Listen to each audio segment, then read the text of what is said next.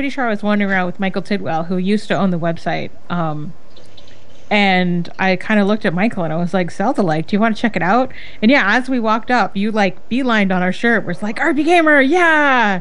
And so, we sort of got into a conversation about, video games in general. And you showed us, like, I think you had about 3 rooms of Delver's Drop. But there was no, you hadn't worked out your collision detection yet. Yeah, and there was enemies in only one of the rooms and you couldn't kill them yet. Well, that was probably like day 1 of the show, and we had a bunch of bugs, and then I think by like day 2 or 3, Kobe like basically was programming in the hotel room and finally had some stuff worked out. Yeah, so I did come back on the 3rd day. And I did play it a little bit more, and yeah, I was actually impressed by how much the game had evolved just even within the show period. Yeah. So I was like, yeah, definitely keep in touch. We want to hear more about this. And I saw you again at the next PAX, and all sorts of stuff had changed. Like, you guys had just started the Kickstarter, I believe.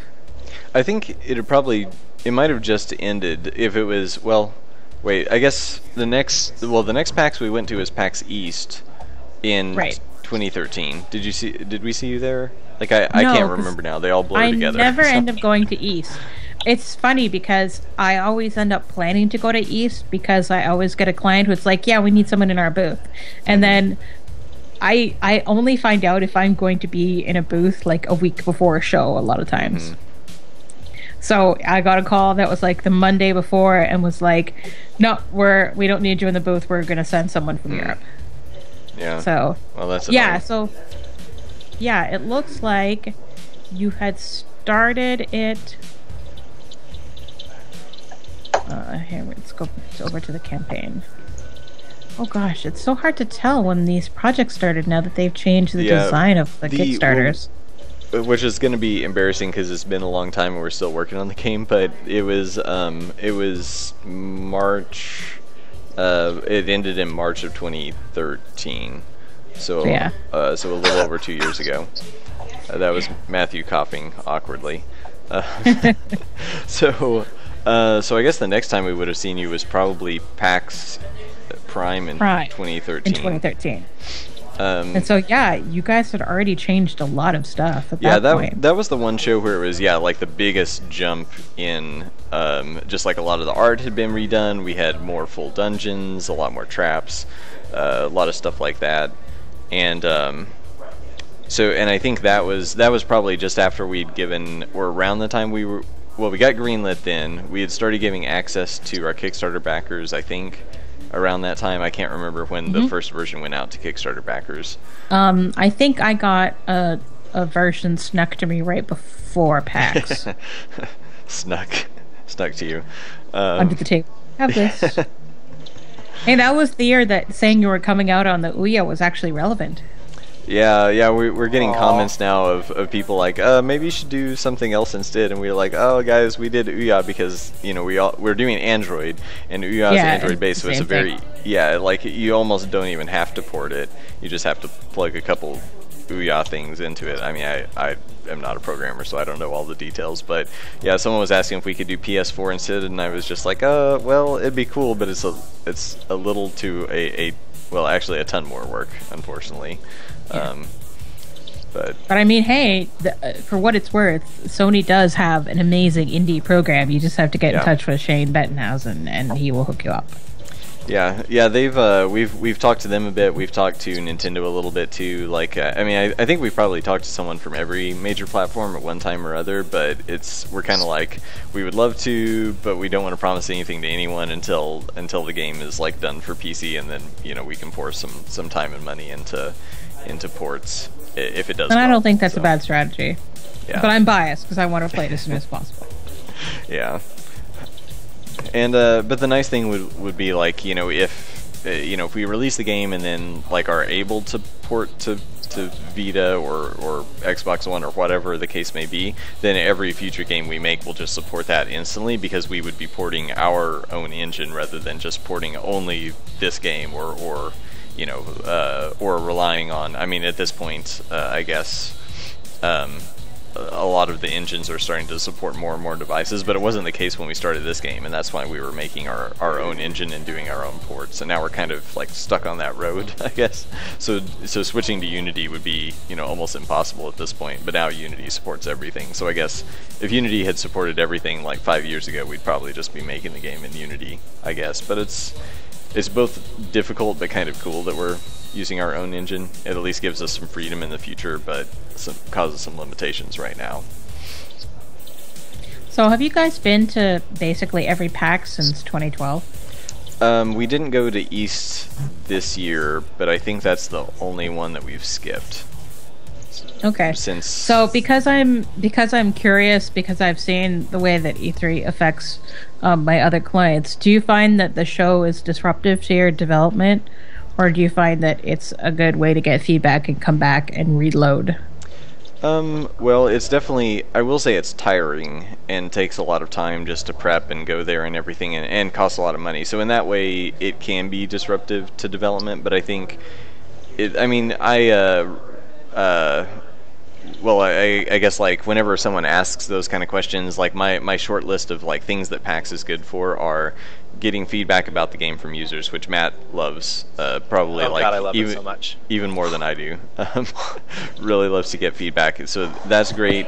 Talking to the press is also really good, and well, and sometimes just like having like one more whip cracking on us, like you've got to get a build done for, you know, for PAX or whatever. That can be. It can be good and bad, but so now I'm blanking out on what my other good reason to go to PAX is. I mean, I guess the other thing would be like you make a few sales, but they're not going to pay for your booth. So it would be nice if we could go to PAX every time and be like, hey, we're going to sell, you know, 100 copies of the game, and it's going to pay for our booth and our plane tickets, and oh no, like we sold like 3. So. I think you'd have to sell a few hundred to probably equal out your plane costs and that booth cost. Yeah. I think people would be stunned by how much a booth at PAX cost, even in something cost effective like the Indie Mega booth. Yeah, well, and by the time, I mean, honestly, like hotel and plane tickets end up costing more than the booth. So yeah, it's. We even tried driving to PAX. I don't know how public this story was. I think probably people on the forums knew, but we drove to that. It was PAX Prime in 2013. And drove like straight through from Springfield, like did not stop at a hotel, drove 32 hours in a van to PAX Prime, swapping off drivers and like sleeping while someone else was driving. And my girlfriend went with it. Well, she's now my fiance, but she went with us, and she was like, never again, like, buy me a plane ticket. And so it's amazing that she is still with me after going through all that. But that was pretty much like, okay, basically have to marry this girl, because she, you know, she doesn't even really play games very much, and she was in a car for 32 hours just to help us out at PAX. Back when I was pretty broke through the 2000s, but I still wanted to go to E3. So when I was living in Manitoba, which is north of the Dakotas, I would hop on a bus at like 2 a.m. And the next day at about 7 a.m., I would get into Vancouver, BC. And I would have about 2 hours to go to my cousin's apartment and crash to sleep. And then I would have to be back at the bus station. And I would bus from Vancouver to Seattle and then get on an airplane from Seattle to LA. Wow. So it basically took me 2 full days to get to E3. Jeez. But that was the cheapest way to do it. Yeah, man. Well, that shows your dedication for sure. I was gonna be there, darn it. Yeah. I mean, this is like 2003. Like, out of 8 of us that went, we had 2 laptops. And so we had to like split who was gonna write what at what time. Yeah, we took shifts on the laptop and stuff. Yeah. So it's cool because it's neat seeing what people do to make a show work. I always find that particular part of the story fascinating. Yeah, man. But yes, if a girl's going to put up with you and your buddies for 32 hours, probably a good idea to marry her. And well, I think she's probably was better at selling the game than I was, even though, like, you know, I told her, like, here are the terms, you know, roguelike means this, so you tell them this, and she's like, okay, like, she had it memorized, but then she basically just told people it's fun, colorful Zelda, and probably got more people interested than I actually did using like the buzzwords and industry terms. And she's not wrong. Yeah. So I should. That's the thing that really. That's definitely the thing that appealed to me, because it's like, I'm a huge Zelda fan. Like, I have the Crest of Hyrule tattooed on my arm. Like, and that was the thing that really, really interested me in the game. Because in general, I'm not that interested in roguelikes or dungeon crawlers. Mm-hmm. But I'm like, if this is one of those, but it feels like a Zelda game, I'm sold. I'm in. Like, yeah, throw money at the screen. And I think that's been, well, one of the good things that. Like, one of the things I feel like we've been doing somewhat successfully and has attracted a lot of people, but it also makes it hard to develop, is, yeah, like, trying to, what's the sweet spot between, like, you know, it plays like Zelda, so if that's kind of your type of game, or, like, that's, you know, Link to the Past was, like, your favorite experience, like, it plays enough like that you can kind of just jump in and feel comfortable, but then we have all this hardcore stuff for Visay and Doomspeaker and other, like, basically Dark Souls players. Yeah, it makes it a tricky balance for us as developers, but I think makes the game stronger. Like, trying to kind of balance those things, make it accessible yet challenging, and comfortable yet difficult. You know, and I guess we're still trying to figure that out too. I wouldn't even say I'm a hardcore video game player. It's just I've played Delver's Drop for so long that I'm Binding of Isaac. I mean, you play all the masochistic games, though, right? Like, yeah, but that's because apparently I'm a masochist. That doesn't mean I'm I don't know. I'm not good at them. Hey, well, I mean, I guess, like, it's probably better that you play masochistic games than, like, stab yourself in the arm or something. So, yeah. I did 100% Dark Souls 1, which felt pretty. And it's funny because I think it's fascinating that Delver's Drop appeals to someone like Visay, who plays these hardcore games that are very challenging. And I am like easy street. I play Fire Emblem with no permadeath, and I play Danganronpa on like gentle. And so I'm like, if I can play a game on easy, I'm totally gonna do it. But I love the idea of Devil's Drop. I'm like, yeah, I'm gonna die a whole bunch, and I'm gonna find it vastly entertaining. So I'm gonna die a whole bunch. Yeah, and I think as we when we're sort of nearing, well, like getting to more like the balancing stage, when the game is pretty much done and we're just balancing things, it's what I really want to achieve is like find like what is rewarding for people who like who aren't as interested in the challenge and are just going to it to have fun and don't want to just complete like 100% the game, like Visay I know will. So it's like what are the different rewards for those two different play styles that are most kind of that provide the most enjoyment to both sides of the audience. I'm gonna 100% the game the first day it's officially out. I'm gonna make sure it takes more than 24 hours to do it. Yeah. So there's a really easy way to do that. Make an achievement for have 25 hours gameplay time. That's funny. I'll get it. But you won't get it in 24 hours. I won't, and I'll be really mad about that. I will call Baker not on Skype but on the phone just to be like, what? You'll fly to Springfield and come beat me up. I'll physically come to the office and be like, what is this? I'll have it on a laptop. The description actually says you can't beat the game in 25 hours, or 24 hours. I'll be so mad. Now I really want this to be an achievement. Well, I guess you can't beat the game in 24 hours. You could probably, I think you could probably beat it, but not 100%. It would be my guess. Like kind of you probably will beat it in some form in 24 hours, but I'm gonna make sure you can't find every secret that fast. So I mean, maybe eventually, like let's say you speed run it. Yeah, I have no idea so far. If someone could speed run it in, like, you know, what that time frame would be. I'm sure there will be some exploits that we will never figure out and have to squash every time someone puts a new speedrun up on YouTube. Aw, you're gonna squash them? I don't actually want you to. Yeah, I guess that is part of the fun of Dark Souls. Hearing that, I mean, I am completely addicted to games done quick. Yeah. So like they have events twice a year. I am like in front of the TV basically 24/7 watching them. So it's more fun for you to see the exploits really than just like a kind of straight Yeah, play. Oh yeah, for sure. And I mean, especially since fascinating. they speedrun a lot of games that I'm either not interested or not good at. Mm-hmm. Like for example, I love watching people play Banjo-Kazooie, but I have no interest in playing it myself. Yeah. So watching people speedrun it is totally fascinating for me. You were like on Legend of Zelda. Oh my god! Like people just like glitch through everything to finish to the end to play as like young Link to beat the game. I love seeing speedruns of like Ocarina of Time and stuff like that. Yeah. So Well, and I there's guess all sorts of cool things. And I mean, bear in mind that most of the time that speedrunners glitch a game, it's like this specific room, and you have to like pause and unpause so that you can get to the 58th frame. Yeah. And that's when you can sneak through the wall. And Yeah. I mean, I'm not a programmer, but having been around people that program games, you know, for the last decade, good luck fixing that. Yeah.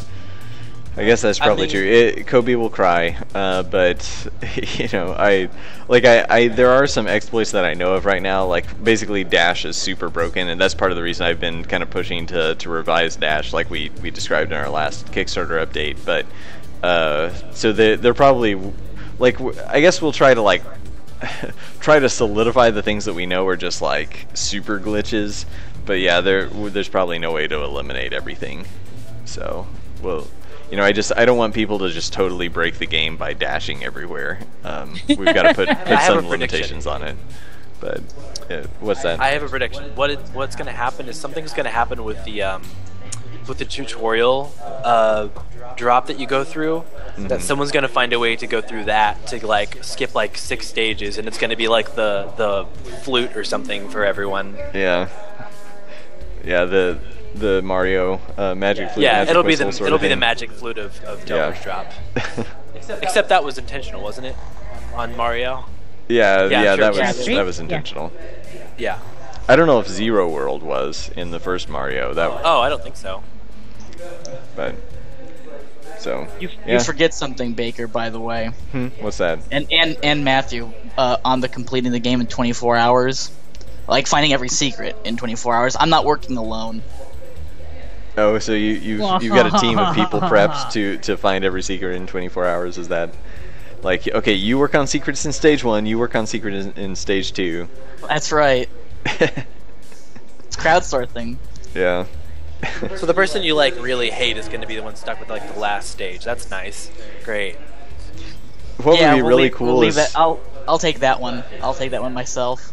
You know what you should organize is have like you and Doom and like a couple of other guys from the forums or wherever like all playing the game at the same time like when it releases and split screen it, just like stream just like straight through, like you know, like take an hour break to eat and then we're gonna go back and like keep playing and You just like speak try as if to that Oh, I'd love to see that. You speak as if that hasn't been the idea since the get-go. is that really a plan? I guess I wasn't Yeah, aware or that's- maybe I that- forgot. And I but- want to That is- see that all is- of you guys. So there's a website that you can use, and I can never remember the name of it, where you can put multiple Twitch streams on the same. Khadgar. It could be, yeah. There's multi-Twitch and there's Khadgar. Yeah, multi-Twitch is the one that I think I've seen the most, where you can Yeah. put like multiple streams on the same page so that people can watch them all at the same time. Yep. And I think it would be fascinating to see you guys pick apart the game like that. That's the plan. Awesome. That it has been the plan probably since the 3rd or 4th month on the forums. Awesome.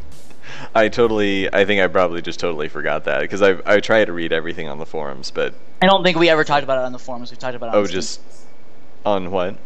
On Steam. Oh, okay. Away from the prying eyes. Yeah. Yeah. There's a whole Delver's Drop culture that you guys haven't even seen. Mostly Right. just Doom and I. Yeah. A whole 2-person culture. Like, Whole 2-person culture. You and Doom on a desert island playing Delver's Drop.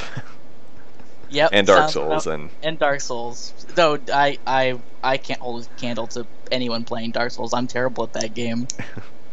Took me 4 hours to beat the hardest boss, or maybe 5, something like that. Yeah.